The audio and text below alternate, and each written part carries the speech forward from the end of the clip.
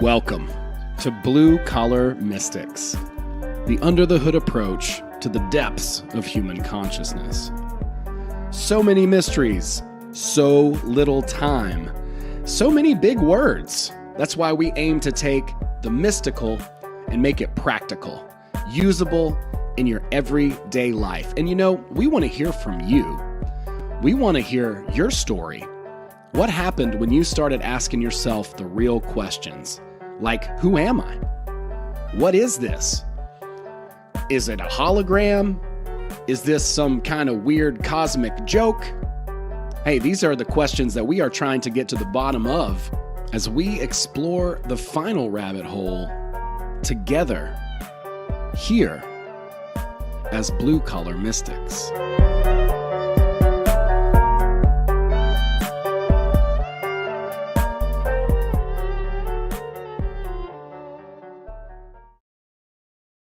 What's up, everybody? Welcome to the show, Blue Collar Mystics, fellow Blue Collar Mystics. You know what that sick beat means from my homie, the Kid Can Cut. It means it's time to chat, hang out, and get to the bottom of some things. I'm really excited for tonight's show. I have a longtime friend. We've known each other digitally for quite some years now and met in the autonomy program, and someone who's very, very knowledgeable about a lot of things, and someone who has actually had some experience working with Bob Podolsky, whose ideas are really highly regarded, and someone that I think has done a lot of work in his particular niche, which is basically organizing civilization, communication, how to basically keep people from choking each other out, especially if things get dicey and people are arguing and things like that. So if you're a fan of nonviolent communication, and peaceful ways to settle conflicts, then this is going to be a great show for you. And we'll probably get into some esoteric stuff as well. Don is very, very knowledgeable when it comes to a lot of this stuff. Actually, if you notice my symbol, he's the only one who's ever noticed that the eye and the heart in my heart is basically a heart inside a heart. He's like, what's up with that? And I appreciated that question. It's a simple answer to it. But without further ado, I want to introduce everyone to Don Clarke. Welcome, Don. Hey, welcome. How's it going? Doing great, man. Tell us a little bit about your hat, if you don't mind. Oh, so I have this hat I wear occasionally, especially on podcasts and things, because I wanted to get a jester cap because I kind of view myself as a corporeal version of a jester spirit. And because of that, but the jester hat is like a fashion statement thing nowadays. It's kind of makes you look cool. You're not supposed to look cool wearing a jester hat. That wasn't the point. And so you're supposed to make you look like you're kind of dumb. And so that whenever you say things, you're like, this is my idea. I'm just saying. It's like basically the hat version. I'm just saying. No, I love it. Yeah, we don't take ourselves too seriously here. It's really more about the message than it is about the person. I think everyone who's kind of going to be hanging out with us is going to be very sympathetic to your cause, your plight, and yeah, we'll jest a little bit. We'll definitely keep it light and frothy. Yeah. Don is also someone who I've talked to throughout, all of this stuff, since right around, I would say 2020 is when we started to connect, and we've talked about some seriously dark stuff, but been able to keep it,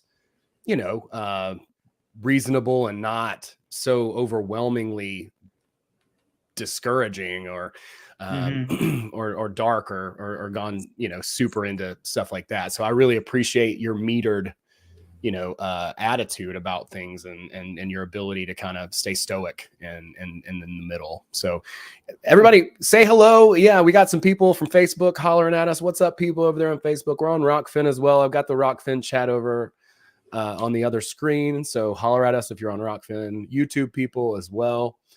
Say hello, chat in, tell us what you're thinking, ask questions, tell us whatever you want to do. Thanks for joining us live. It's a lot of fun to do this stuff live. I really enjoy it, engaging with everybody. We definitely have some people on the stream.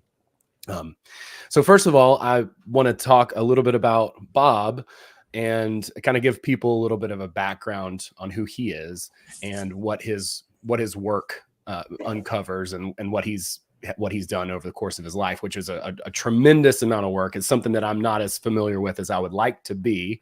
So I really want to say thank you to you for coming on and sharing some of these ideas. So I'll kind of hand the baton over to you, Don, to kind of give us a little bit of an introduction on who Bob is and what some of those ideas are.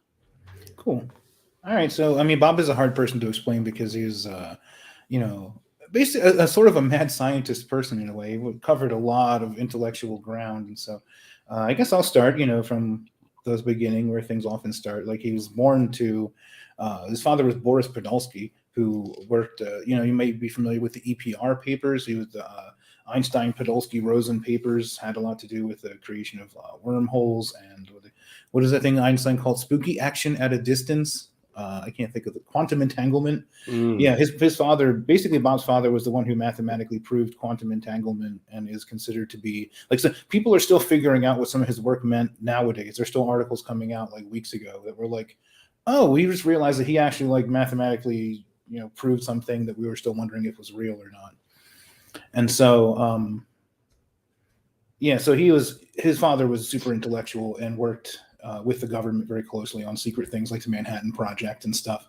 And so Bob had, you would imagine, a high IQ and also was taught to think scientifically at a very young age. And you can see that in all throughout his work that he just explained things in a very this step fashion, which is why it's, I know this show is a lot about the spiritual side of things. And Bob was definitely not in any way an enemy to that sort of thing, but he didn't speak to it very often because he usually found that he had a better or a more clear, I guess you'd say, explanation of things. And so when it comes to certain principles, I like to say, like, to me, a lot of what his work is like the intellectual backbone of the freedom movement, as far as like, this is the actual scientific explanation for how that thing works or why we don't do things this way.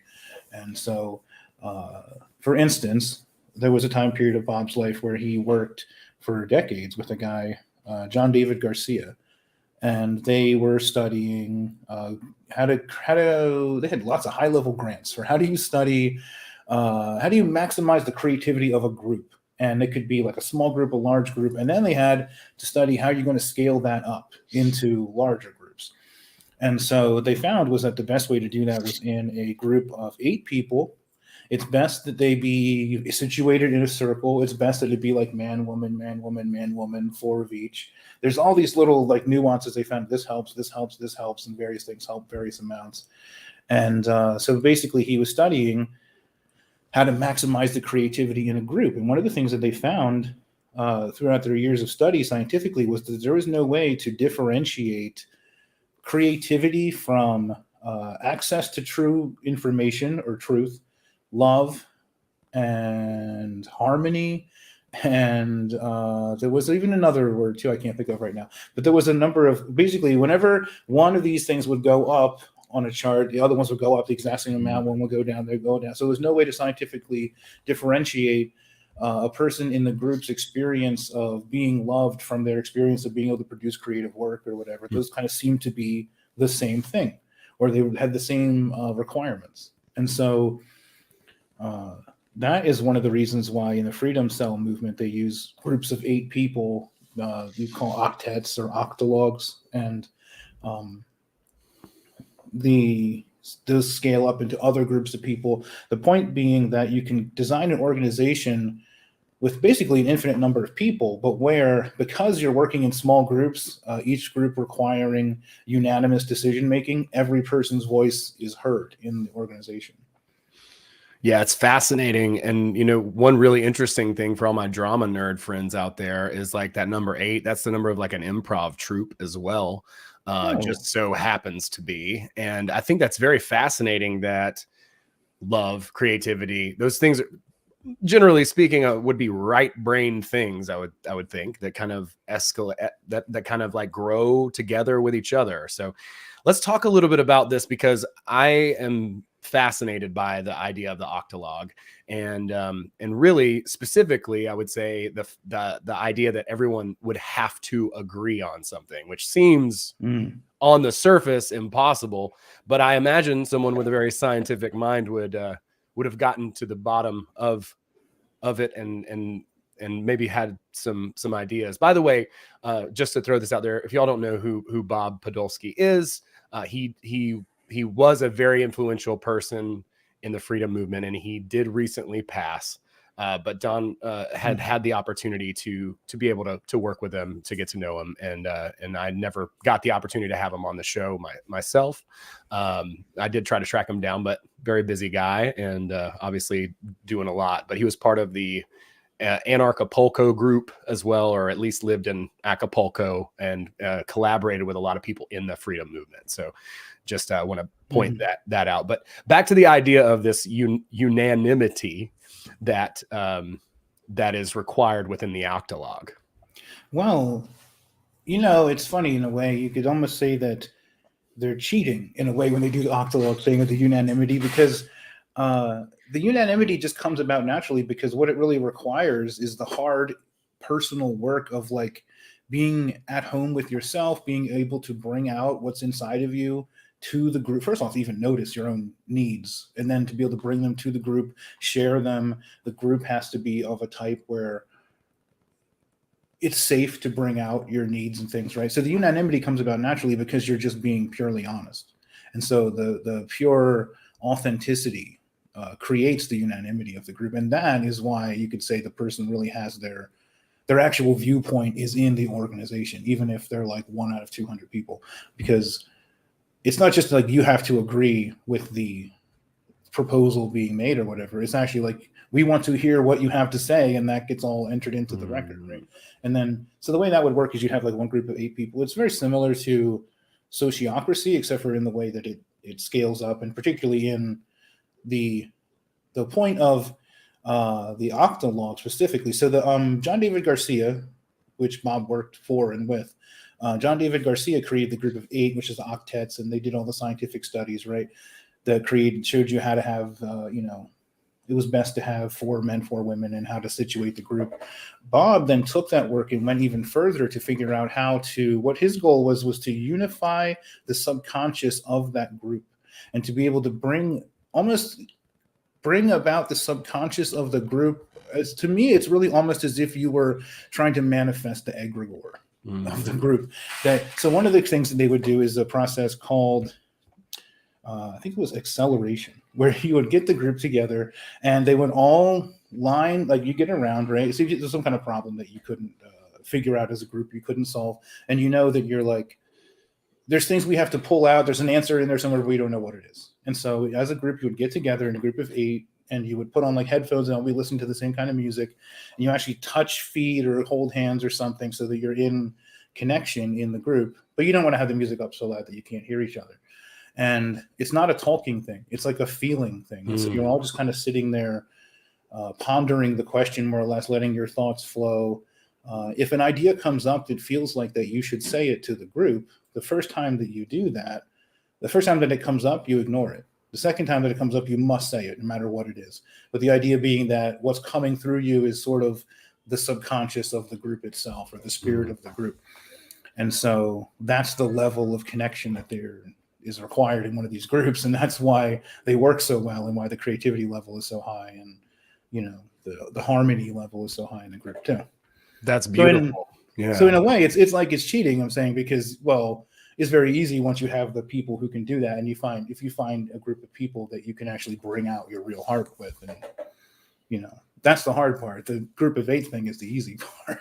Sure. No, that's fascinating, and from such a scientific minded type of approach, I would say that seems almost a little bit hippy dippy, which I love. You know what I mean? But yeah. But how often do we even get together and even get on the same page emotionally? It's no matter who it is or what the group size is, that's just not a common thing. I mean, I see sort of forms of that in prayer, maybe, or certain maybe rituals or things like that, but it's not a very common thing. But it's a very simple thing that could really make a huge, huge difference in the beginning of trying to work through a problem. That's fascinating to me, truly.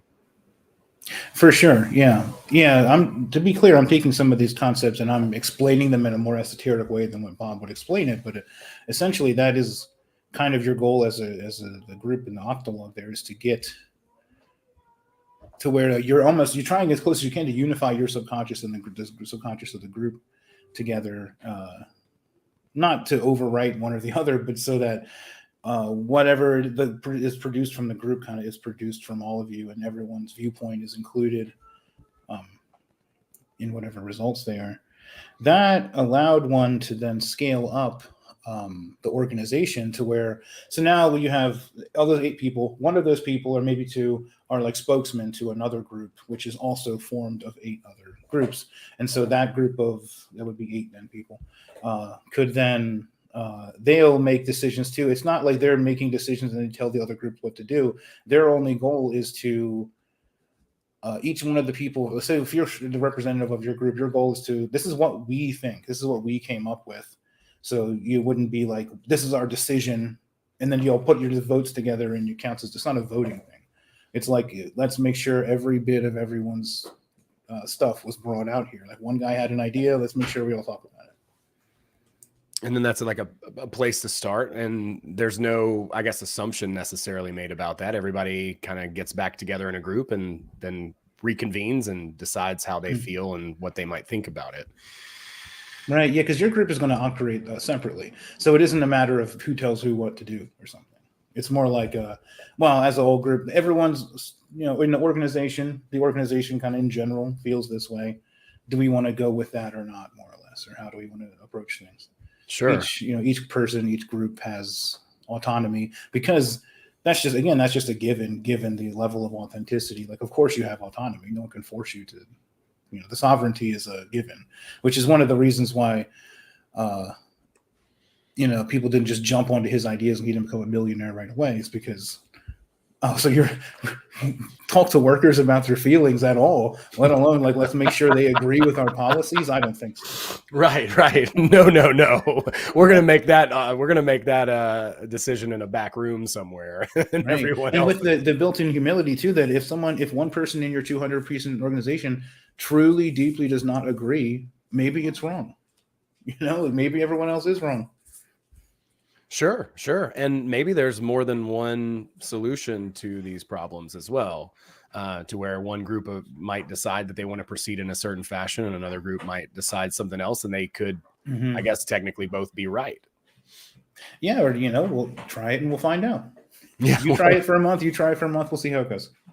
There's a number of ways you can do things once you start including the necessity of sovereignty or whatever in your organization.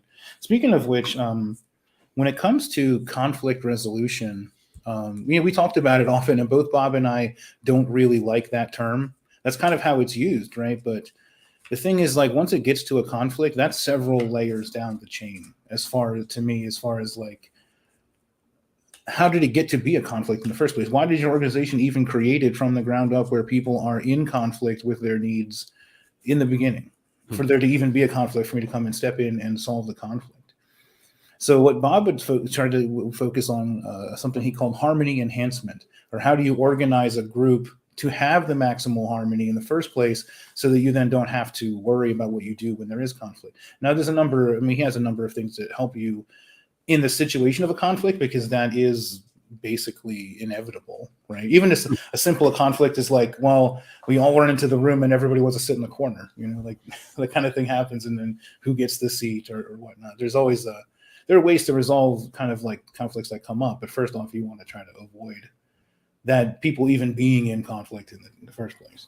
Sure. I love the idea of harmony enhancement. I think that's really well put. So how did he get into this sort of study, and specifically like with the sovereignty idea folding into it? Obviously, that's a key component. Go ahead. Well, I was interested when you said the sovereignty component, because the thing about Bob that's interesting to me, I always had the idea before I met him that even a psychopath should be able to be a good person. That like morality isn't a thing you feel. It's just like simple. Like you act this way because if you don't, shit's gonna get fucked up. Like that's just not the right way to be, because people are not gonna like it if you do that and whatever, right? And so Bob would even say himself, like in his younger years, his parents fought a lot and he had somewhat of a troubled childhood, and he was, a little bit of an asshole. He called himself like, narcissistic at some points, even like totally nihilistic person occasionally, and comes to these ideas of like, love and purity and harmony and freedom from science, because of like nothing else works actually. Like he did years and years of study to find that like actually nothing else works. Now I don't know how many studies they did where they were like hitting people to make them more creative, but, they basically tried everything else and it was not working. So basically they come to all these ideas that he came to. It sounds very hippy dippy, but it literally, he arrived at them the hard logical way through nothing. This is all that's the only thing that works is when people being in harmony. And also just like he also came to the same way he came to ideas that just like harmony is the natural relationship that humans should have. It isn't natural for people to just be like in conflict all the time. Now some conflict like happens, and it's not like conflict itself is inherently unnatural, but the natural relationship with two people shouldn't be like wary of each other or something. Yeah, always at odds, right? Like if we look at it in nature, yeah, for sure. Sometimes, a lion's going to take down a gazelle, but in general, most of these animals, they all go and they all drink from the same water, water source, so that's fascinating to me. The idea that even a psychopath could be a good person. I really want to put a pin in that because I think that's very, very interesting. As we kind of go on down the road and society continues to unfold the way it does, I think there's a lot more unhealthy habits, a lot more, narcissism, and a lot more psychopathy and sociopathy that's just sort of kind of been bred into the world, however so. So I really think that is a fascinating idea. That's not something that I don't know that I would have ever put into a sentence, but it makes a lot of sense. It's like you say, you try all these other things and it's like, well, really the best way is harmonious. The best way is to proceed in this, what we might consider hippy dippy. I mean, like as far as like how I perceive things, and it is very much from a feeling place for me, at least from a starting point. But it's kind of fascinating and interesting to me that from the other sort of approach, the other side, this logical side, it's like, well, really the best way on paper even is to proceed this way with a cooperation, with harmony, and with the idea of other people in mind without harming other people or taking advantage of other people. It seems to benefit the whole and the individual, as well. Yeah.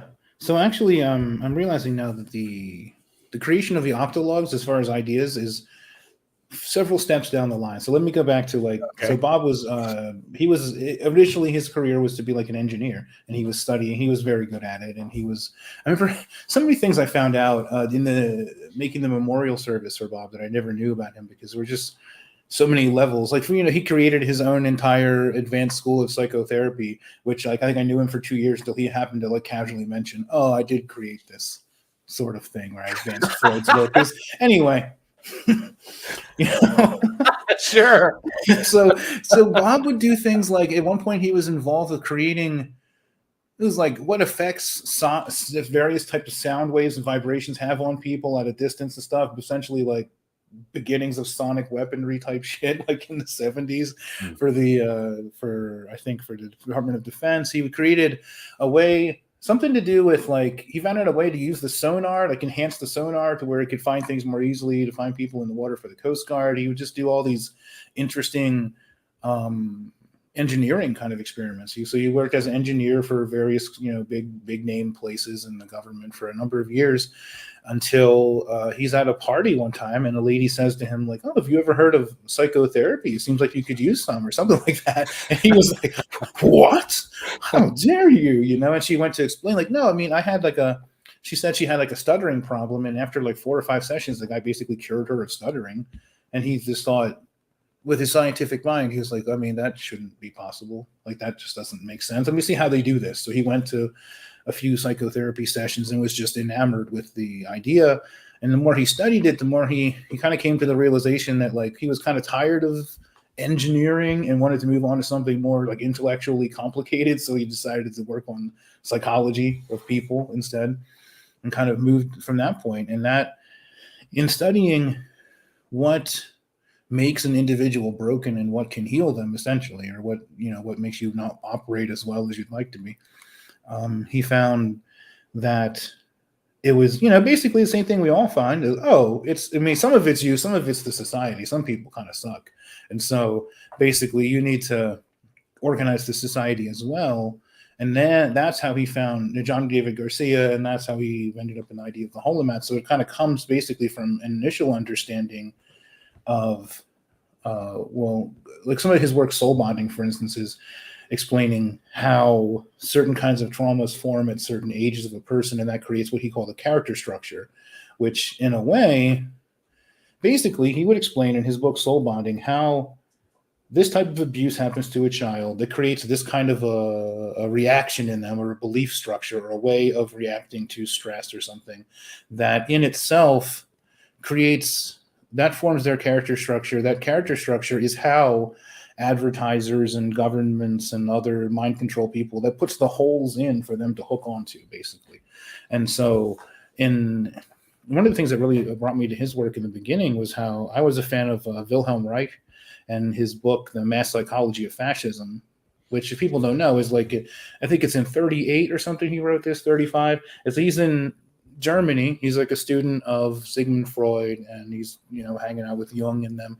And he's watching the Nazi thing build in Germany, and he's like, this shit don't look right. And he just starts writing a book like, I'm just going to write down what's happening, and this is why I think it happened. And he was explaining things like, for instance, how this is from Reich's work, to be clear, not from Bob's. Reich's explaining how back when he was young, so we're thinking like 1910s, 15s in Germany, what it was common to do was to swaddle a baby like a mummy, wrap them all around, and then you can hang them on a hook in the corner of the room, and they can just observe everything, and they're not in the way and whatnot. But people would often leave them in there for like too long, because once you swaddled them properly and have a lot of diapers, you can kind of leave them.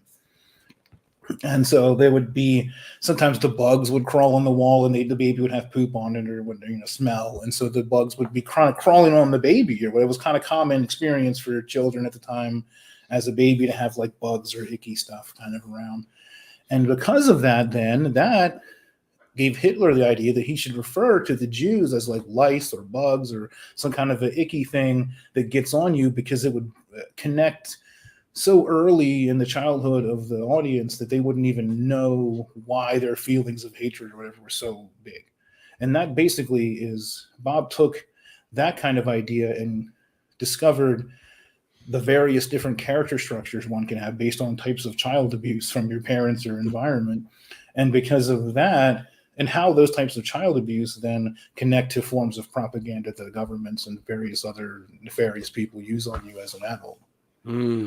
Okay. So it connects from a very, like sort of primordial almost place. He's just connecting like an irritation or a conflict, maybe even, you might say, like a struggle to. Yeah. The character structures create belief ideas. For instance, the first one, say his age is like 0 to 6, right? A baby can't much move their body at all, like intentionally, right? So any kind of reaction they would have to stress can't even involve the body. Like they can't even like turn away from it or look away from it that much, because they can't necessarily move their head on purpose. All a baby can really do is they have a little bit of control over their mind, and they can kind of close the eyes, and there's not much else.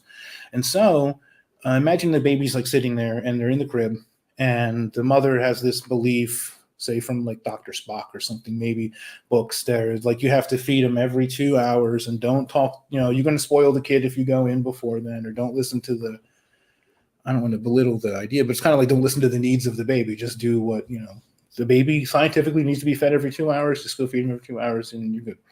And so the baby's sitting there crying, and people are intentionally not responding to the baby. And so the child is starting to get, they're crying and crying, and there's no recourse for them. There's no help. There's nothing they can do other than just kind of shut off their consciousness. Maybe they'll just try to go to sleep, I guess, because just feeling this pain in the tummy and it won't stop. So that's where you learn like dissociation and things like that from a belief system. And so what that creates is the idea that like the baby can get their needs met if they're like very aggressive in vocal, the way that they say things. Yeah, sure. If they're very vocal and aggressive in the way that they say things, when it's repeated, they can also get the idea that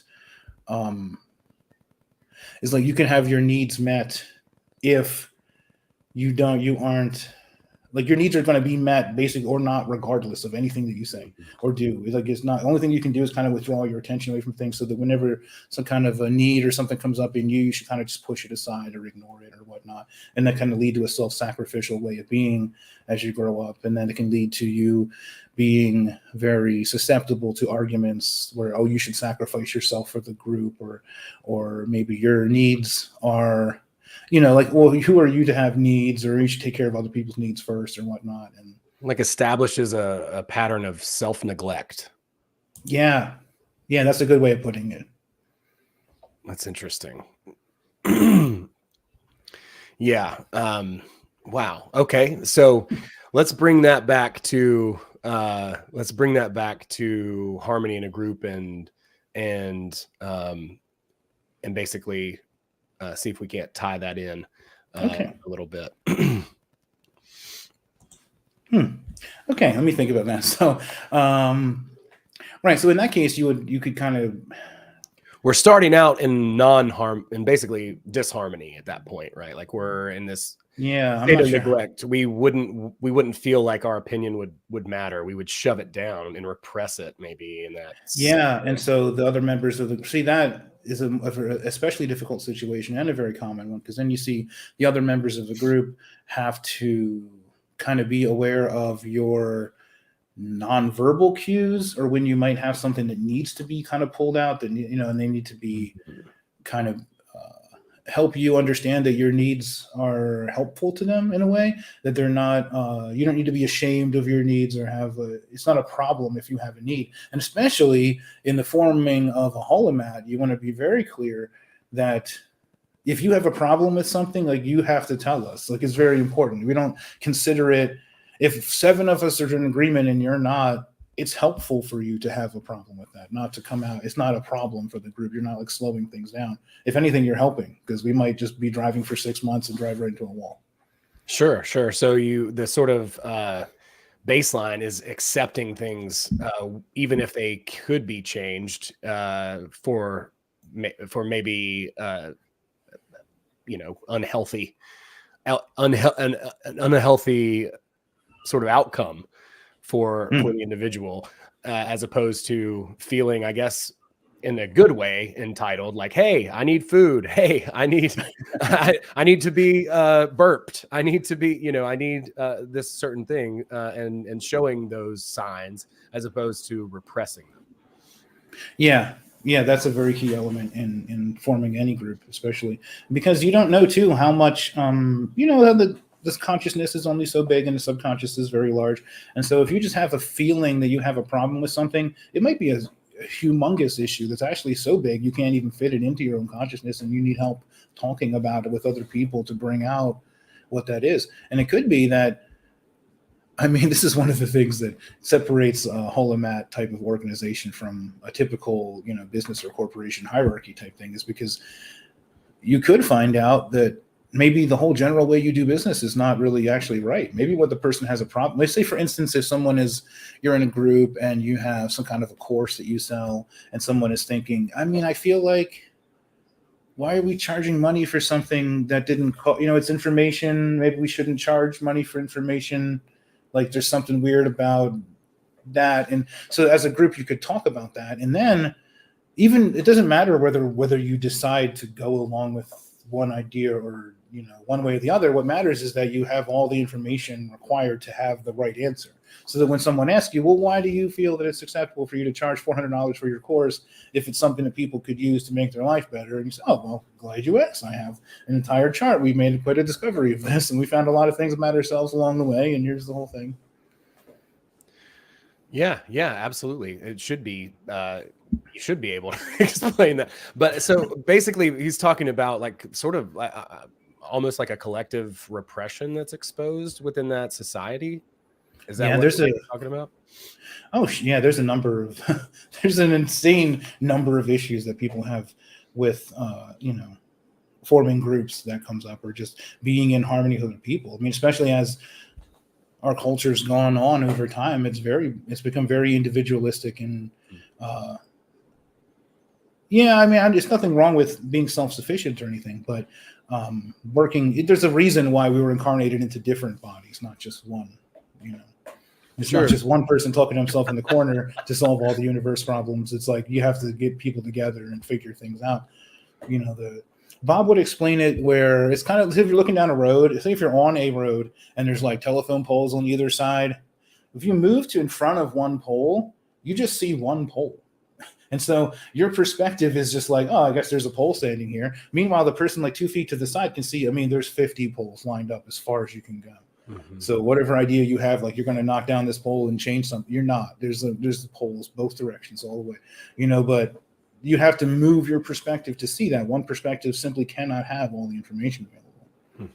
There's like reason why things were set up. And it's just too, I mean, even just to the basic formation. I mean, I know you understand, like we have the universe inside of us in a way that people are sort of a holographic mirror of the universe inside and outside. And so the multiple perspectives exist on the inside as well. So the way you treat disparate perspectives in a group is similar to the way the members of the group in a holomat are taught to treat disparate perspectives in themselves, or different ideas of how they should be in themselves, Absolutely.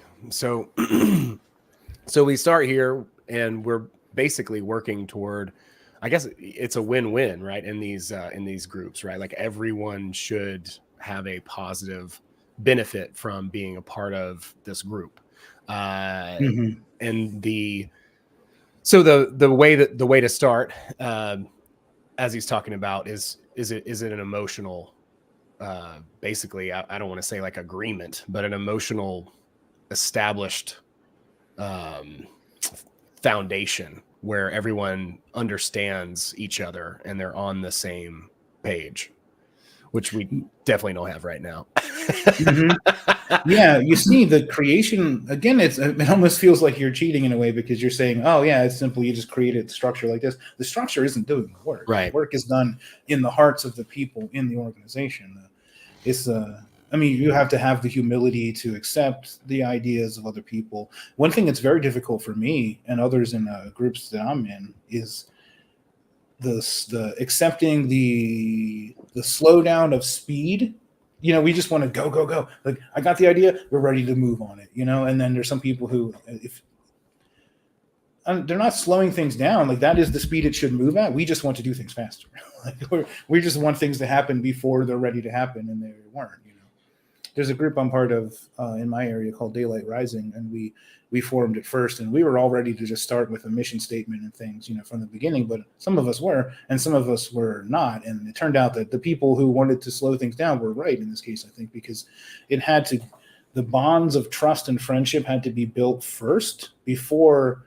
Yeah, this is sort of similar to what Bob was saying. The actual hearts have to get together before the structure of the organization. Like the intellect is actually secondary to like the spirit and the heart. And someone just commented in Telegram, don't take things personally, don't make assumptions, always do your best, be impeccable with the 4 agreements. Seem to be kind of sort of everyone else except for me is familiar with the 4 agreements. I don't really know what they are, actually. Yeah, well, that's the quick summation of them. That's a really powerful small book and very enjoyable. But yeah, as far as like a place to start, right? Like this is a place, maybe a center point that everyone can say, oh, okay, well, cool. Even if you're a sociopath or a psychopath, you can be like, okay, well, be impeccable with your word.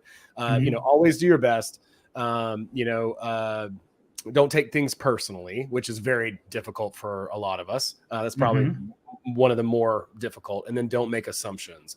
And these are all negative sort of ways of speaking, but the idea is that we're kind of all starting out at the same place. Like whatever that 0 is kind of established. And at that point, we can move forward a little bit more easily, individually or collectively, right? Like that's really kind of a interpersonal or intrapersonal book, I should say. But it definitely could be extrapolated into interpersonal communications and dealings as well. Yeah, sounds like it. I have not heard that much about that book before. I like those ideas a lot. I'm actually really comfortable with the idea that it's stated negatively in all those cases, because it is kind of like, yeah, those are things. It's to be in connection with other people. It is much more about things you don't do than things you. The connection is natural. They're just like accepting how people are is natural. The not accepting how people are. I mean, yeah, one is the natural way. One is it's natural to you because it was born into your life. But it doesn't, Sure. It doesn't have to be that way. You know, society doesn't have to be that fucked up that you just naturally distrust everyone you see. Absolutely. Yeah, 100%. Well, it's a Toltec. That's the basis of like Toltec, ancient Toltec wisdom. And that's where the book kind of gets its genesis from. It's like from that arena, which is kind of funny too, because we're talking about, well, at least, you know, it's Mexico. Well, yeah. So I know that we did kind of jump into the Octalog thing and the group thing. And I didn't necessarily mean to jump into that, but it is so fascinating to me. And I can never get it out of my head that that's also the same amount of people that are in an improv troupe. It is the most creative number for whatever reason. And I don't know which came first, who discovered that, why. But I definitely want to dig into, you know, just the idea of harmony and continuing harmony within people, and being able to, when a conflict does arise, how do we start to solve that? Well, you mentioned nonviolent communication. That's one of the ones. It's one of the larger places where I'll start first, is because.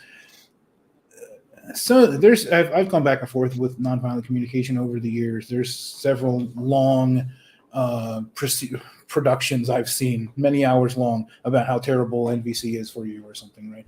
But what it comes to is a lot of those problems people have with it is because they're making assumptions about it. Like it's not a way of looking at the world. It's not like they're saying, well, if someone's murdered 12 people, just treat them nicely like they're a regular person. Like they're not saying like it's just as good to kill or not kill or whatever. It's fine. These are ways of being more clear with your words. And so one of the main things about nonviolent communication that is difficult for people to understand what they're saying at first is about how, well, like, these things are feelings, these are not feelings, these count as needs. And they would say, for instance, that betrayal, like you can't feel betrayed, like that's not a word for a feeling, because it's not so much that that's not as an illegitimate idea as a feeling. It's just that that's not as clear. It's more clear to say, well, when I saw you do that thing, I thought that because you did that, that meant that you really don't care about me anymore, or you in fact wanted to hurt me, and because of that, that made me feel like sad and upset and like I've been putting my energy into something and not getting it back. And there's a way more clear ways of saying things. Mm-hmm. So I mean, the first part of a conflict is, most conflicts, it's not an inherent conflict in the universe, it's a misunderstanding. And so it comes to like clarifying and understanding each other's position, and which is why it seems to me like it just seems repeated over and over in the universe that the harmony is natural and the conflict is not, because once you reach understanding, there's usually not much to do with how to solve a conflict. Yeah, I love that. I think that's very clear. I mean, I think we got a guy in the chat who's saying, "Oh, civil law is opposed to natural law." I would say, yeah, the letter of it is, but that doesn't necessarily mean that that's how we function as entities, beings, what have you, right? Like when I go out, I'm driving in the car, and I stop at a stop sign, I turn left. In general, mm-hmm. we are cooperating. That's the natural order, is cooperation. And certainly things happen every once in a while. I'll have a car accident, or something funky will happen, or this thing will get in the way, or something will jump out in front of you, or whatever. These things do happen. But for the most part, I would say the natural sort of order is cooperative, right? And there are some outliers there. So then this is very interesting as a place to start and understand, regardless of your disposition, right? And once we do understand each other, then at that point, it's like you're saying, the conflict kind of takes care of itself. It's like, if I can get to the bottom of what it is that you need or are asking, or what you interpreted, or how you experienced being betrayed as the example, then very likely I can see very, very plainly what it is that you saw happen, what your side of the story is. And then it's a lot easier, at least, to kind of come to an agreement on that, what happened, or how we could proceed to remedy it, or in the future, you do this or do that. And this made me feel a certain way. That's one of the main things that I personally really care. It just feels important in my heart to me when there is a conflict. I call it conflict stewardship or conflict husbandry more than conflict resolution, because the conflict is there. It's highlighting a conflict in yourself, a conflict in the group is highlighting. It's almost like a natural.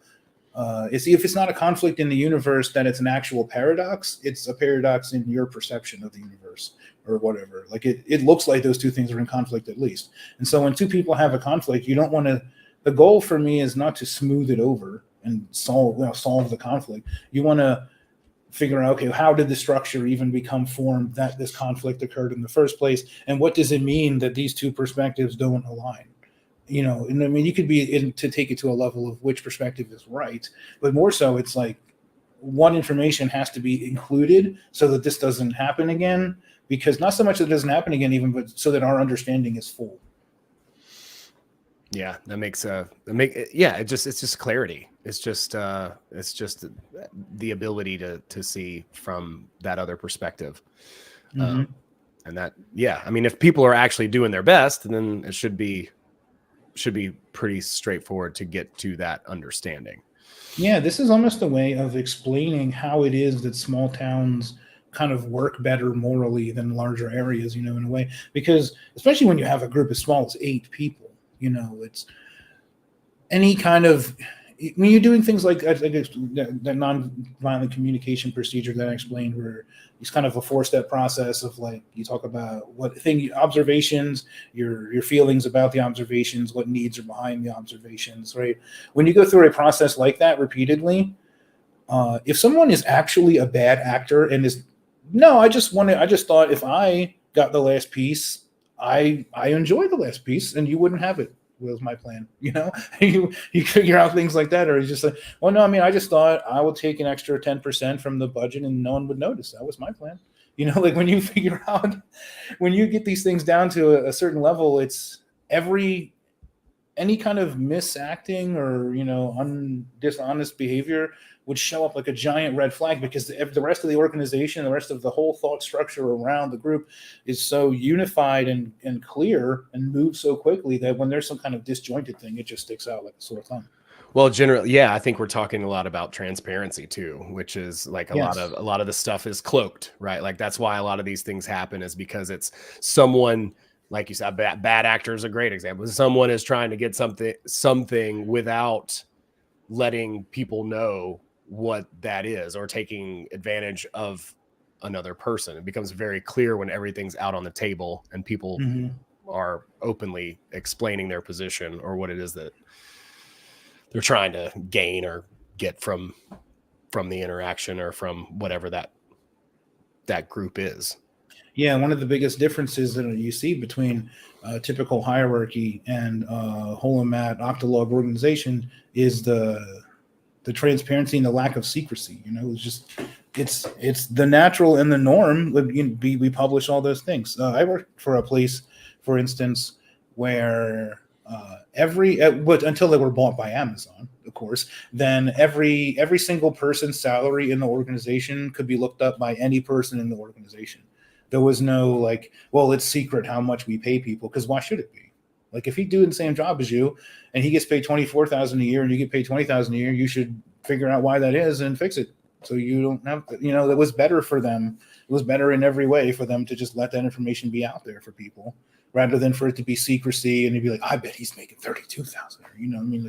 I find that when you leave a hole open for people to imagine things into, they imagine dark things into that hole usually most of the time. Well, I mean, it's just, I don't know why it is, but it's like, it's natural for me, right? Like if, let's say that I haven't heard from a good friend of mine in a couple of days, and normally they get right back to me via text or something. Well, who knows, maybe their phone burned out or it was dead or whatever, but my mind just goes, like all the craziest scenarios that are probably very unlikely. They were bitten by a shark. Oh my God, abducted by aliens. What? Yeah, they probably just randomly decided they hate me today and don't talk to me anymore. Yeah, exactly. It's like they, like these terrible things just kind of permeate, and that kind of goes back to this like a repression sort of idea or starting out that way, where it's like if everything's clear and on the surface and transparent, it's so much easier to avoid any of that kind of stuff. All the sort of projection, I guess, is what that would be, right? Like the repression leads to the projection, and then here we are with a big mess. It's an emotional mess because our mind does the circus thing, and then our emotions just follow along and go through that whole range of emotions. Well, they took off on a motocross bike across the Sahara Desert and find a scarab beetle, and they know I love scarab beetles, and they're going to find it, and then they're going to take whatever stupid, ridiculous series of events that our mind is capable of coming up with, which we're very creative. So it could be any number of things, but I think that's very, very interesting. We keep kind of coming back to that idea of transparency and just starting from a place of understanding one another. Yeah. Well, and in that case right there too, where you mentioned a person hasn't talked to you in a length of time, and now you're worried what they might feel about you or what the relationship might be, or something bad happened to them. If you just bring that out to the light and just say to them, hey, I'm worried you might not like me anymore or something. It feels crazy and weird, to do that, but they'd be like, oh no, man, of course not. Like, I still like you. I just, I haven't used my phone in a while, or I don't feel like, or I've been on a vacation, or, like the answer to that is you bring out the question and then they answer the question, and then, then you don't have that worry anymore. A lot of times the answer is just shine the light on that darkness. There is a thing you can go about the difficult way of trying to, train your mind not to do that, or that's one of the things that they will help you walk through if you join like a holomat or octolog thing, is this interpersonal, whatever interpersonal issues it is that you have or happened in your life that make you mentally, like in that case, it's almost like you're mentally preparing yourself for a worst case scenario. So like what has happened to you, or what part of you is always looking out for a worst case scenario to happen, even, and sometimes too, it's not necessarily going to help you. It's useful for your information, but it's not going to make you necessarily a better group member to just find out what event it was in the past or whatever. Like it's really a matter of like talking to that part of yourself and finding out why it behaves the way it does, and or why it feels like what it is that does. Like, okay, well, I understand that's your perspective, and thank it for its service, and kind of keep that part of it. Like I was explaining to someone the other day, it's like sometimes it's like you got to take your inner voices. Like you can't be on the stage anymore. Your perspective is good. You're in the gallery over there, but you can't be running the game anymore because this is not working. Right. Yeah. Well, let's maybe take a step back and just kind of go over and do a little unpack of these of sort of the approach and moving forward. Like a lot of the ideas that it's civilization done right is the website. And if you guys want to go there, you can check out a lot of the work. There's a ton of blogs and resources there, links, all kinds of good stuff. I can even screen share it. But maybe we can, I don't have slides. Let's see. I just want to share my screen. And I go here. So here's the website right here. And this is the idea of forming ethical societies. And obviously there's a ton of work that's gone into this. He's looked into so many different angles.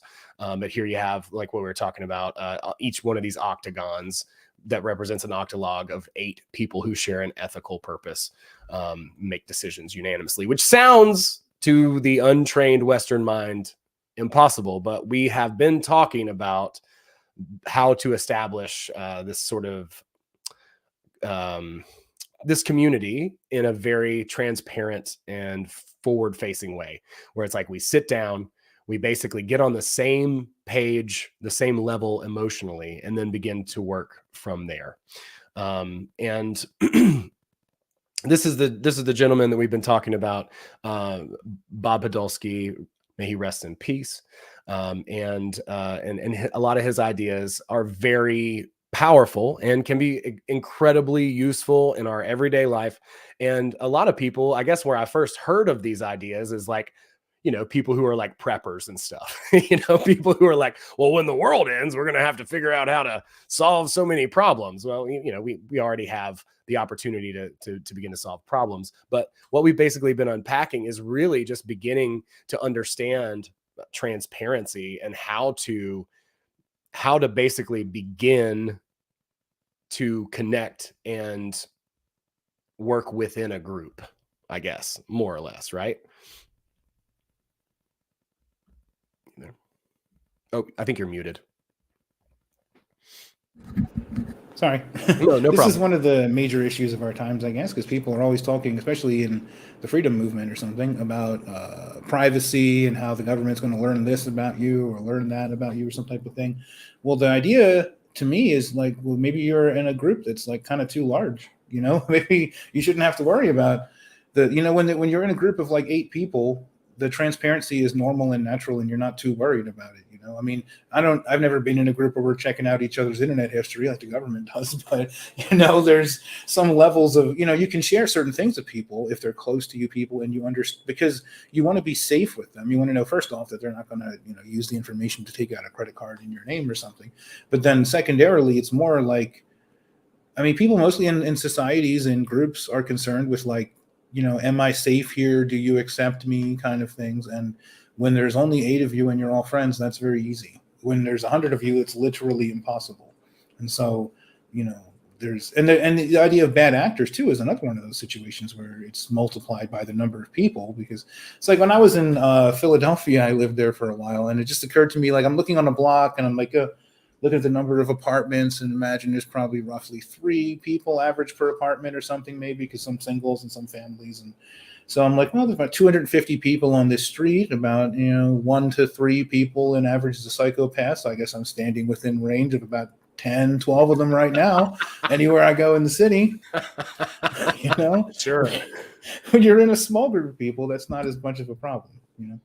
And again, like I said, the level of observation, again, like you said, transparency, right? It comes up, the level of observation kind of makes it so that it's very difficult for you to get away with like gaslighting people if there's only a few of you, Sure. And not to mention just that whole, I guess, tendency, or for whatever reason that like, that it's not a need, but this like maybe compulsion to like hide things, right? Like I can't share what's here because for whatever reason, people are going to judge me. People are going to think I'm a bad person. Somebody's going to steal my information or try to use me to do X, Y, or Z. And if that's not an issue, then all of a sudden these things are all out and all on the surface. So it's so much easier to resolve conflict if there is none, basically, is like kind of what. And it's so much a person only has so much room in their head. You could have like, you could say it's like the amount of RAM in their head, or a person only has so much like willpower juice per day, and you can only use so much, and then you've run out, and then now you're on your last nerve. And so when you have a lot less things to worry about keeping secret or hiding or moving around, and you can just freely speak whatever is on your mind, you have more mind to speak with. It actually be easier to solve problems for you because you can think better, because you're not spending half of your brain worried about hiding shit from other people, or especially this.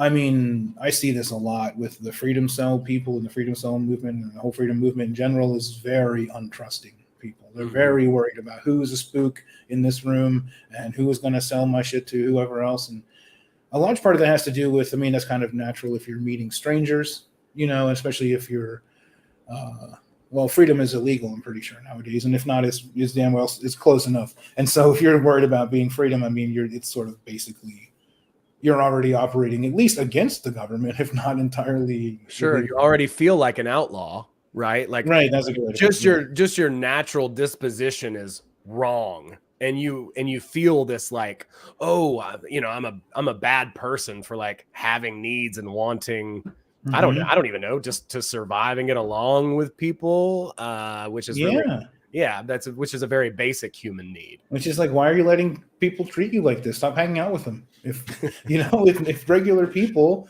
treat you badly just for you sharing your normal opinion that you just kind of woke up with today, then maybe you shouldn't be hanging around that many people. You know, a large part of the Octolog thing has to do with the idea that you're operating in small groups, and it's a whole society based on small groups. And so it's not your opinion if, like, you know, you're not going to worry about getting canceled, you know, when there's like 8 or 10 of you. You know, it's not like there's no internet in an Octolog society, but it's there. You know, the opinion of those people is much less important because they're not really in your life. You're not going to lose your job because what they said or something. You know, again, because the people in your group, like the people who are in your group and they talk with you every day about deeply important subjects, are not going to believe it when some random person from Twitter says, "Well, 10 years ago he said he grabbed my butt" or something. Right. It's almost like this schism. You know, it's just like this weird gap, you know, that's somehow created between who we really are and who we present ourselves to be. But if we could be in an environment that we could just be ourselves and allow everyone else just that same simple, very, very straightforward right, then it would be a lot easier. There would be far, far, far less problems. Yeah. Yeah, you know, I don't know if you guys in this community are familiar with Ernest Hancock, but he's got the Declare Your Independence channel. He's relatively big in the freedom movement guy. He calls it "leave me aloneism" more than like libertarianism or volunteerism or whatever. He's just a big fan of "leave me aloneism," and I feel like that's, you know, that's kind of natural in a other group. You know, like live and let live used to be a thing we went by. That's not a thing anymore. I think that's hate speech now. No, it's funny. I'm actually writing a piece right now. I'm performing at a costume Halloween party and doing comedy. Oh. And so you have to like pick a character, you know? And so, that's fun. Yeah. So I picked Bigfoot, right? So I got this group, you know, good suit and like some dready wig and stuff. And I'm thinking like, you know, what would be Bigfoot's, you know, sort of point? He's like, I just want to be left alone. And ironically, the people that are following him around are libertarian people that just want to be left alone. Just leave me alone, dude. You know? They're completely violating Bigfoot's sovereignty. Exactly. He's like, how far in the woods do I gotta go? Exactly, dude. And it's like I keep going out in the woods, and now my living room's a dog park. You know, like leave me alone. I just want to be left alone. Oh man, but yeah, it's kind of every time you see Bigfoot, he's walking away from whatever it is. It's like, yeah, he's in the middle of shape shifting. That's why the photos are so blurry, right? Like he's like just trying to find a place he can pee without anybody watching. Yeah, dude, I just need a number 2. Do you mind? Yeah. I mean, it seems so simple, but yeah, I do see it that way. It's like it is so simple when you put it like that, but it's become so normalized, right? That we kind of act in a certain way socially, and then for whatever reason, we're not willing to just speak up. And maybe that's why people are so obsessed with comedy and so appreciate comedy, is because, you know, a lot of these thoughts, a lot of these ideas that they may ordinarily have just on a day-to-day basis, which are just really simple and really not that crazy. Somebody actually has the gall to get up on stage and say it. in a certain way, and then people are like, yeah, you know. Yeah, someone else can say it for you. Right. Again, because it's like that person's just the jester. They're just joking. Yep. Like they're allowed to do that because they're not really. You're not supposed to take them seriously. You know, this is not the president talking. This is just like some random dude. You know. Exactly. It provides like this sort of relief, and it's like a collective, you know, like an exhale. But because that person is, not a serious person. I actually, there's one book that I have where this guy's talking about like what a comedian is. And he's like, what a comedian is someone who is like a complete and total crazy person who's basically given the illusion of having an impromptu conversation with you. You know, you would never take advice from this person, right? Like, don't let them be your life coach because they're, you know, just a crazy person. But the fact that they're up there doing this and saying these things, you know, that's what kind of that character is in a sense. So I don't know. I think there's some truth to that. It's not always that way. I think a lot of people are pretty authentic in how they present themselves and how they speak on stage, but they have a certain way. They have maybe a blind spot that allows them to say certain things that otherwise people would get away with. Because if they went up there and said, "Well, I'm a total maniac," and then they say the thing that they were going to say, then people would be like, "Ooh," you know. If they don't know they're a maniac and they go up there and say it, then it's a completely different. That whole is this person being serious right now? That whole thing. That helps a lot. You know, this is maybe a controversial opinion, but it seemed to me that one of the reasons that George Carlin was so like wildly successful as a comedian is because he kind of appeared to be a homeless person. You know, and it just seems like this is like sort of like the homeless person on the corner yelling at themselves, except for like everything. He's like, "That's right, they don't fucking care about you. That's right, this guy knows what's up." That's right. Yeah, he's like wearing the sandwich board. He's basically that guy that's telling you the end is near. You know, the angry hippie who's, you know, you know, people obviously didn't take his words completely literally, you know, because they laughed every time he said it. But that laughter is an acknowledgement too, I think, of the person. Because so you're seeing this guy who's basically portraying a homeless person, and every opinion that lines up with that gets a laugh. It's not necessarily that the line is funny, because if you read the lines, you're like, okay. Yeah, if you just sit there and read it, it would not be the same thing whatsoever. Right. It's like I run into that a lot in my own writing, because I'm writing the way you would say or perform it, and it doesn't look good on paper. The delivery. I guess when you were talking, it made me feel that maybe it's like there's something inside you that knows that what they're saying is true, but like your normal persona does not want to know that. And so it's like that part of you gets a little freedom by watching, you know, what you could tell your conscious mind, oh, this is just some idiot gallivanting on stage. But part of you knows like those are real things that he's talking about, and they really connect to something here. Yeah, it's funny that you say that, because like George Carlin, you know, when you see his last couple specials on HBO, he was like, God damn, if people listened to him, we wouldn't be in this spot right now. That's true. The COVID thing might not have been able to happen if people listened to him, you know? Right. Yeah, they weren't taking it seriously. But still, the fact that kind of a stage exists where, okay, you don't take this person seriously, but they do get to say whatever they want. Like many people heard that. It still got entered into the collective subconscious that like, we've all heard this, we know. Yeah, I think there's a connection there too, where he's bringing up some of those things that are so beaten down and repressed in people's psyches, right? Like he's bringing those things up that people are so afraid to acknowledge or point out. And then when he does, there's a big relief. It's like, oh God, yeah, I really wanted to say that.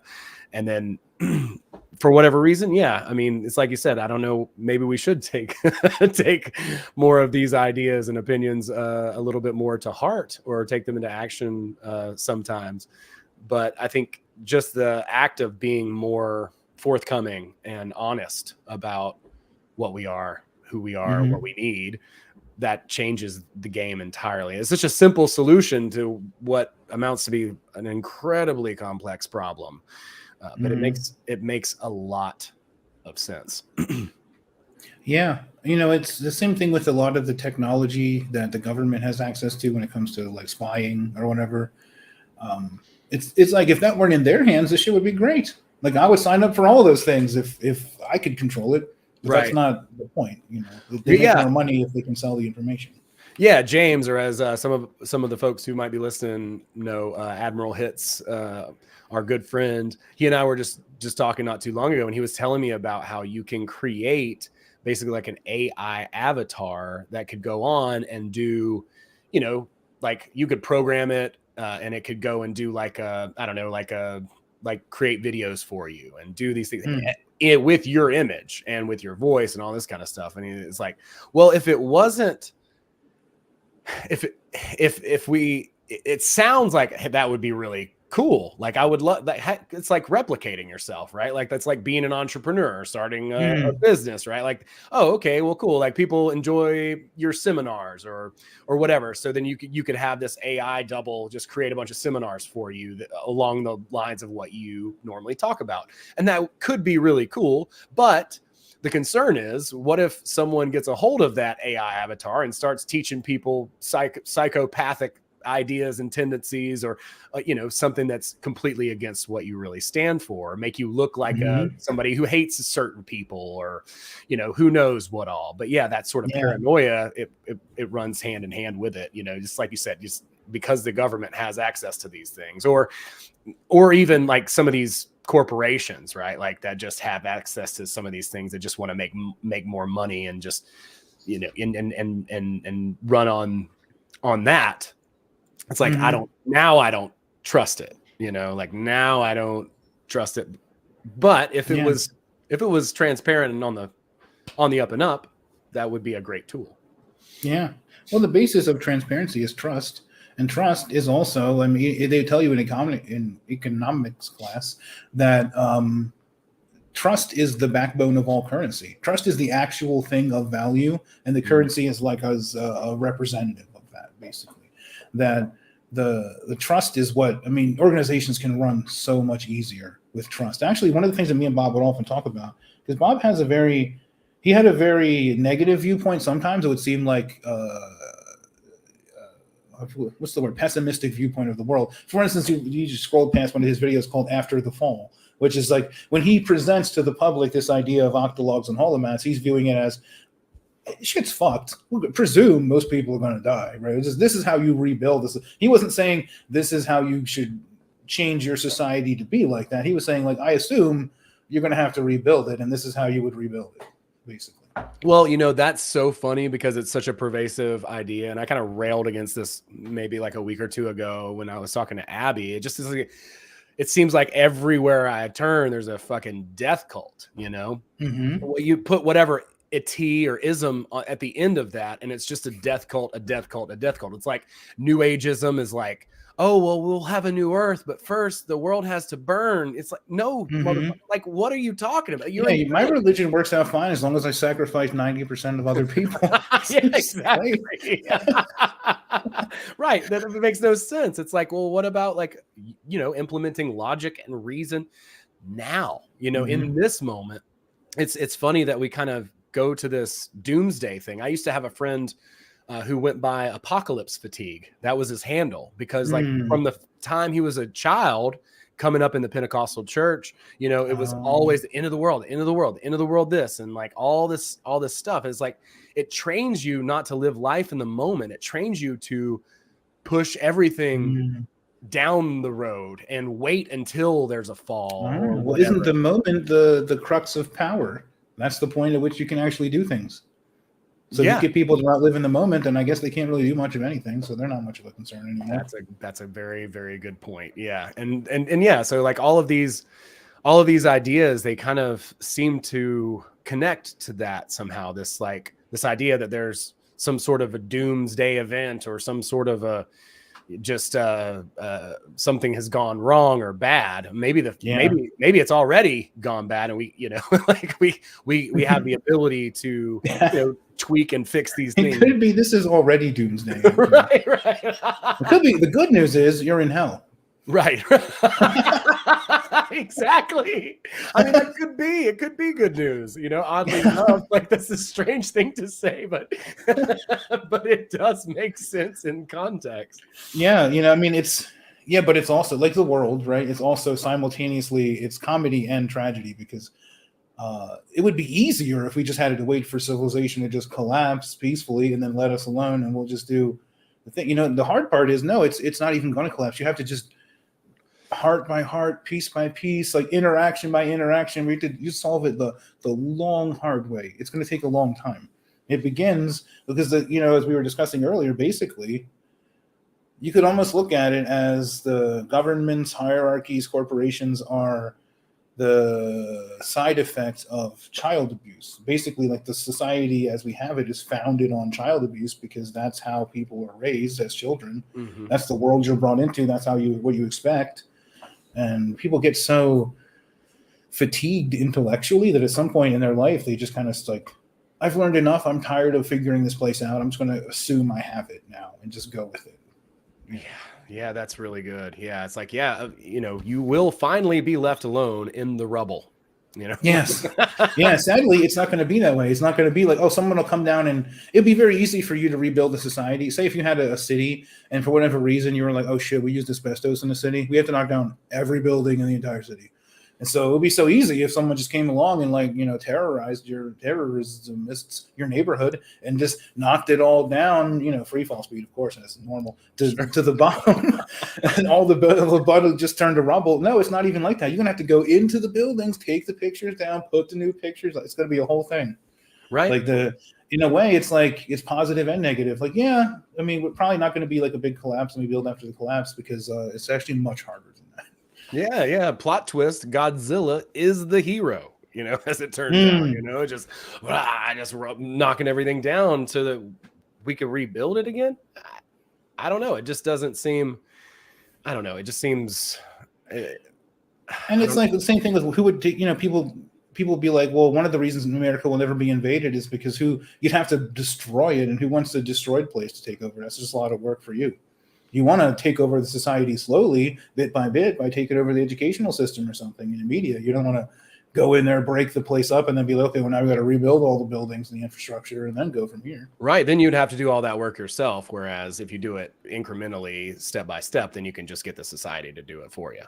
Yeah. Plus, those things that you're breaking were working. Like the buildings are fine, just the people in them that are the issue. The electricity and stuff. Like, don't break that shit down. It's working fine.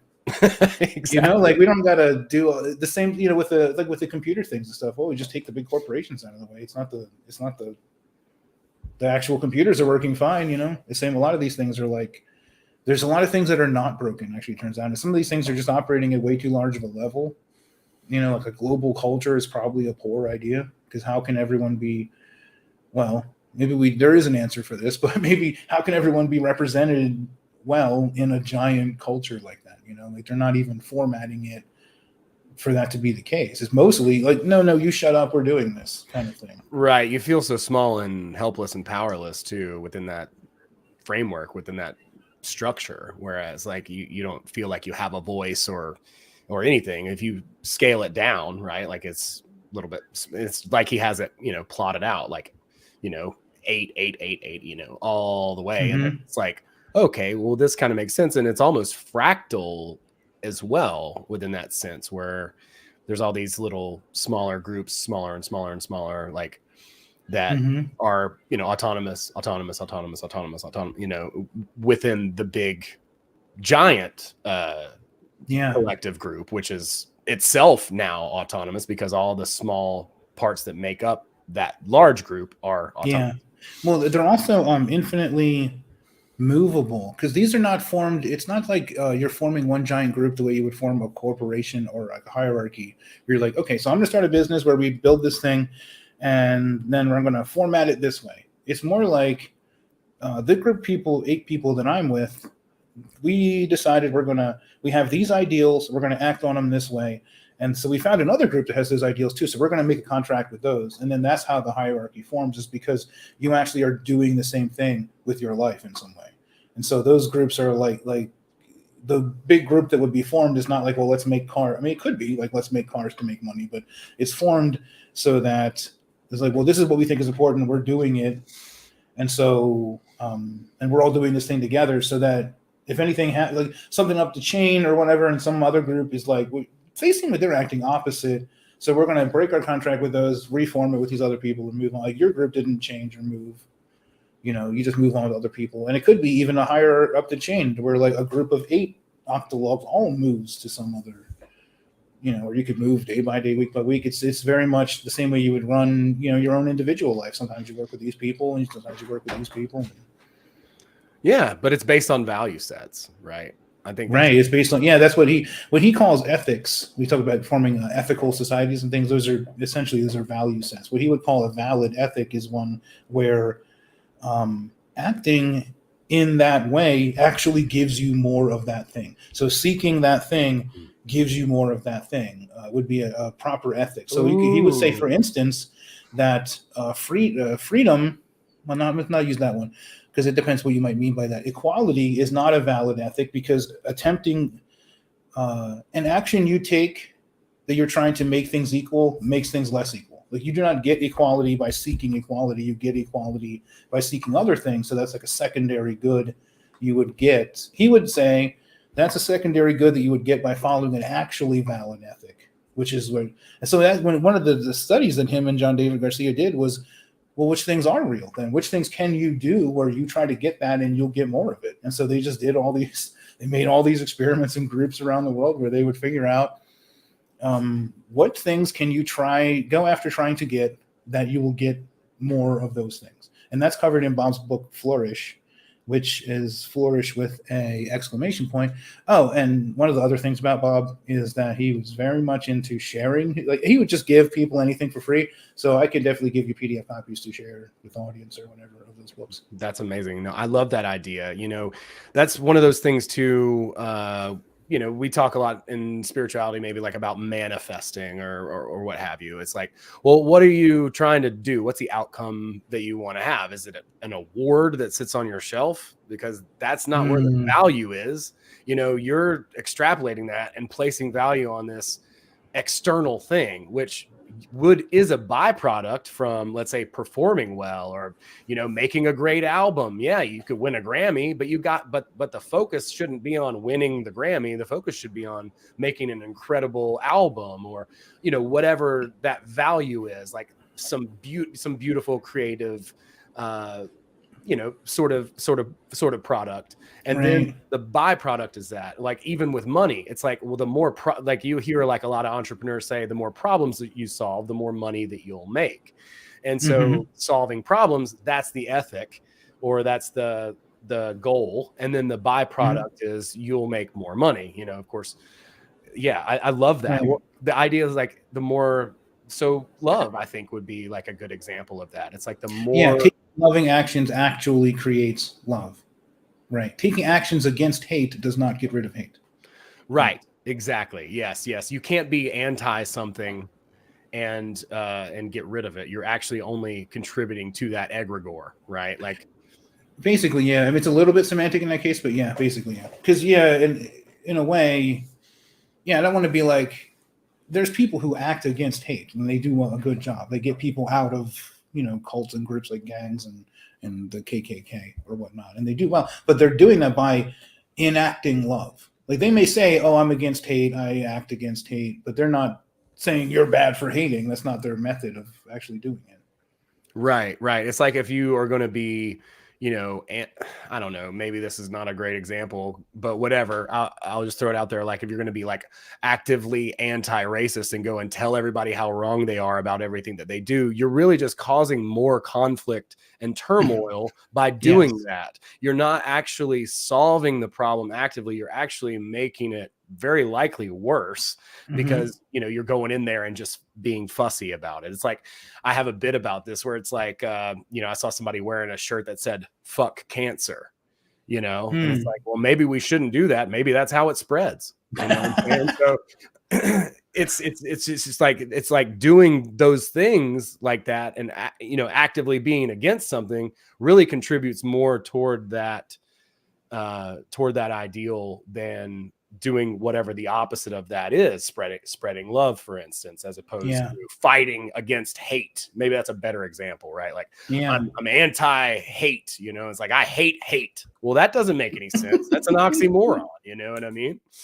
So I don't know, just as that kind of reminds me of one of these ideas that has been just keeps coming up in my head over the last like year or so. It seems really important to me that every action, because again, if we're the universe, right? The universe exists in us, and we are sort of a lens between the inner and outer worlds, but they're kind of mirrors. And so every action you take that has effect in the outside world is also changing your inner world. You become the person who takes that kind of action. Like going to the gym makes you a gym going person. It changes kind of how you are. And so wagging your finger at people just makes you a finger wagging person. You're just spending your life wagging fingers now. So you're actually what you're doing with your life really in a physical way is increasing the amount of fingers that get wagged. It's not really helping other shit a lot. Yeah, I love that. You're taking negativity and putting I'm against that, putting it in your own heart and directing it inwards. Absolutely. Yep. Man, that's great. Oh man. Well, yeah, I think this is a good place to kind of just maybe do a little bit of a debrief, and we'll let people know where they can find Bob's work. As you said, he's a big type of share. He was very big into sharing ideas. Mm-hmm. So, I put the link in the chat. It's also underneath the video, and I'll put it underneath in every on every platform, as well as a podcast when I post it. But Civilization Done Right is the website. You can go and check out all of that stuff. And yeah, get into some of these ideas. And yeah, we're just talking really about not like, as you said, like not even conflict resolution, but transparency and seeking to understand so that there's really no conflict to resolve, right? Isn't it funny that this conversation too kind of comes back around to that central idea? There's these 4 or 5 things that one goes up, they all go up, one go down, they all go down. And so you're seeking after those things basically. And those kind of things are kind of all the same thing, which Bobby used the word creativity there, because creativity, like you have to be in a peaceful place in harmony with yourself and to be fully creative. Anything that gets in the way of your creativity are mostly things that like emotionally stifle you, which are the same things that decrease love and freedom and truth and things in your environment. And so even as we begin talking about, it always comes back to those same kind of central concepts, which are just sort of like openness, authenticity, honesty, truth, love, because once you move the other bullshit out of the way, love is what remains. It's like the love is the natural thing for human beings to kind of be together. And then somehow we've managed to create a culture where like basically every part of the culture and every interaction with it separates the hearts apart again. Mm-hmm. Yeah, that's so good. I had a really profound experience quite a few years ago. It changed me. I was having a hard time before it. I did like a cleanse and like a fast type of thing. And then I did like sort of a ritual, let's say. And then I had kind of an experience where, I don't know, some people might say or equate this to like the Akashic records being opened or something like that. But at the time, I felt like I was having this experience where it seemed like every single question was coming through, multiple questions at the same time, just coming through my head, my brain. What about this? What about this? What about and this and this and this? And the answer was resoundingly the same for every single question. And it always just came back to love every single time, every single one. So it's a very expansive type of thing. And one of those things, like you're talking about, the ethic begats more of what that ethic is. So I think that is it was a really profound moment for me. Like I was a completely different person than after that experience. And I was very tender for a while. I couldn't even really look at like laugh at a dark joke, it would grieve me, I would be like, ooh, yeah. But ultimately I kind of built that callus back to society and how we experience things. And thank God for your comedy career that you did. Yeah, no shit, right? But I love that idea. Like the ethic just brings more about of that thing. What an interesting and brilliant insight. I absolutely love that. And Don, I can't thank you enough for coming and hanging out with us tonight, man. Thank you for your time. Oh yeah, no problem. It just occurred to me too, I was writing a piece myself on, I guess you can call it responsibility, right? The ability of a person to choose their response in a play, in a net place, or what Viktor Frankl would call freedom, right? Mm. Freedom is the space between stimulus and response, essentially, right? That you can create there.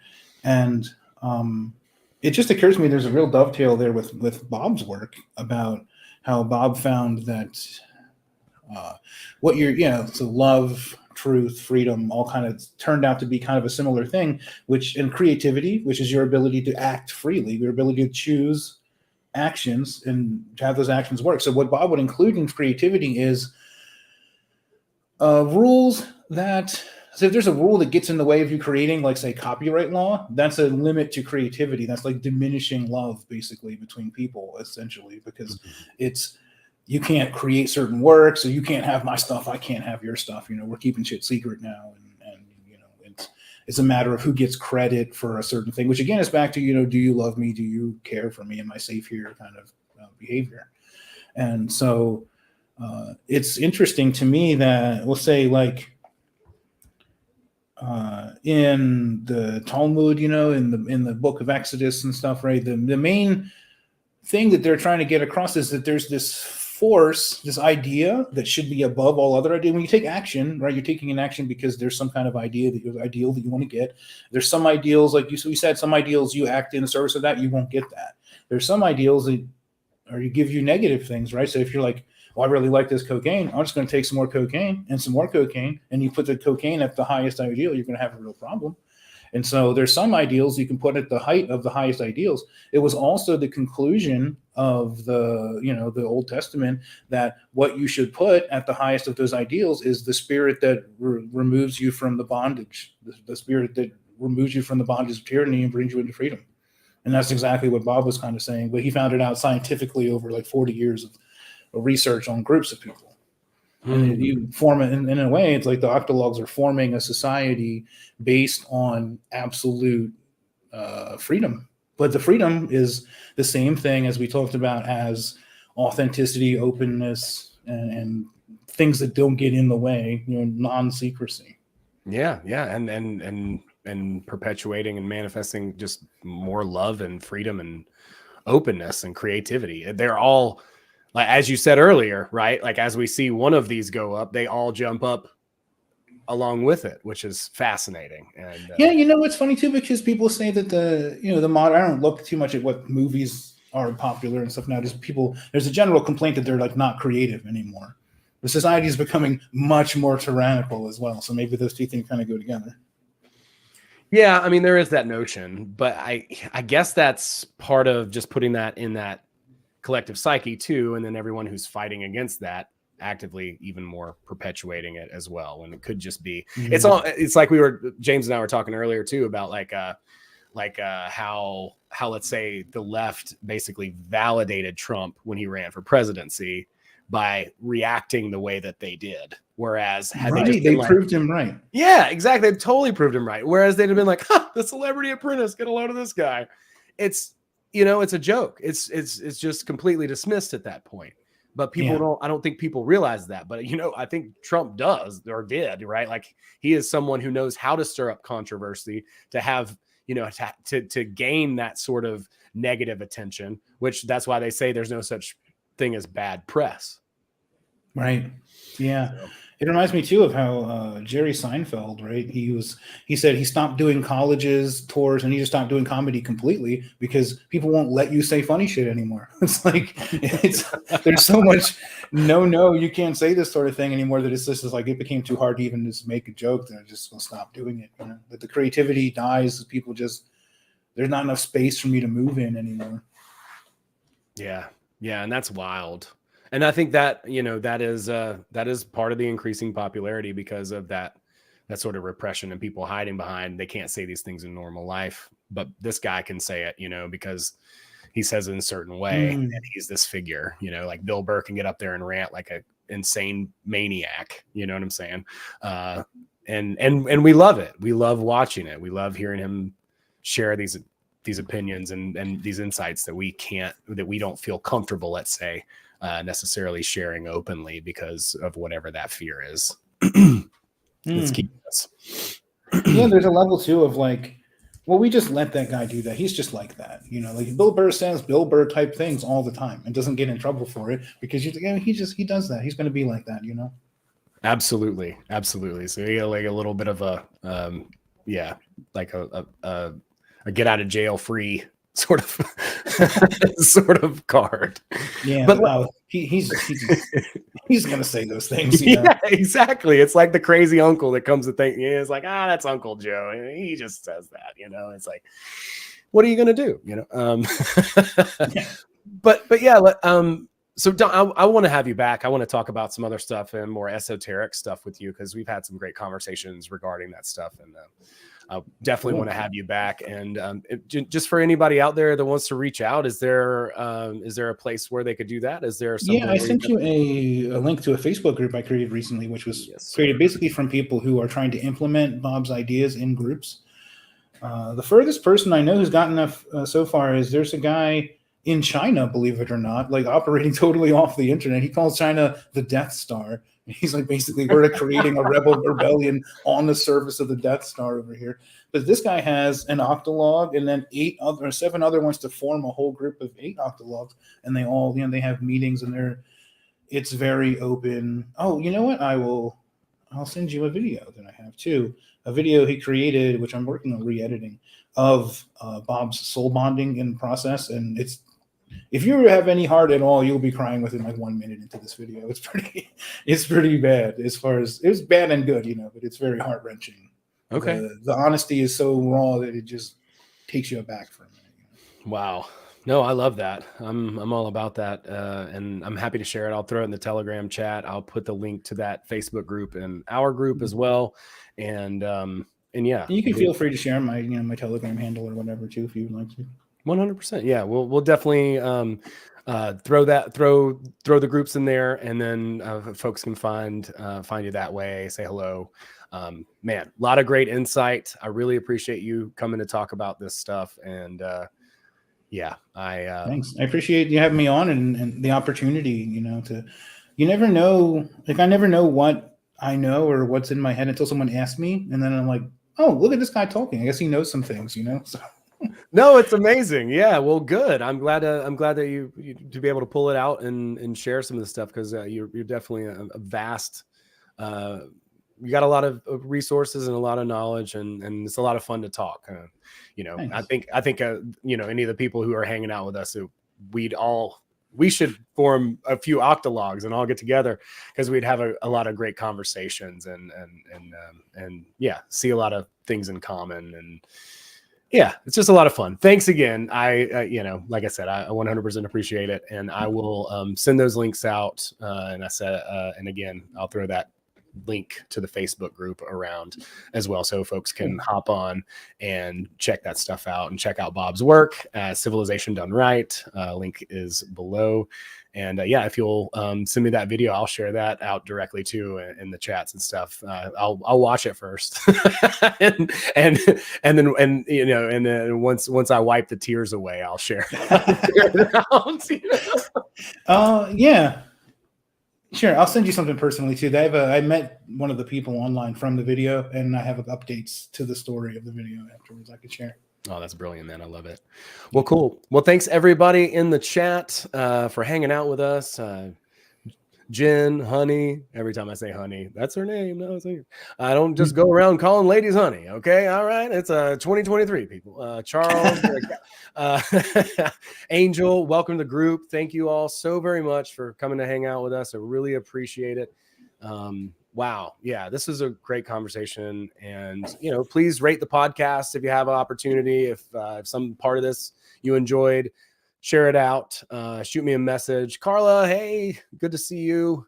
And holler at me, tell me what you want to see. I'm making some podcasts these days, and I'm more than happy to cover certain ground, reach out to some certain guests. I've been having some fun and really enjoying connecting and making some more of these shows and stuff. We'll have James on again very soon, and then I've got David Lawrence coming up as well.